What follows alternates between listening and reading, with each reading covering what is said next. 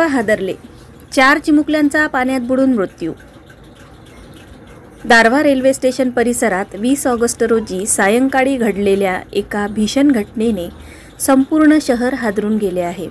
रेल्वेच्या सुरू असलेल्या कामासाठी खोदलेल्या खड्ड्यात साचलेल्या पाण्यात पोहण्यासाठी गेलेल्या 4 अल्पवयीन मुलांचा दुर्दैवी मृत्यू झाला। या अपघातात रिहान असलम खान वय 13, वैभव आशिष बुदले वय 14, सौम्या आतिश खडसंग वय 10 आणि गोलू उर्फ रुद्र पांडुरंग नारनवरे वय 10 या चौघांचा समावेश आहे।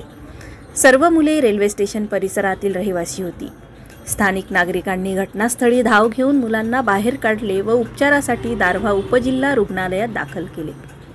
डॉक्टरांनी प्राथमिक उपचार करून त्यांना यवतमाळ येथे हलविण्याचा सल्ला दिला, मात्र यवतमाळला पोहोचण्याआधीच चौघांचा मृत्यू झाला।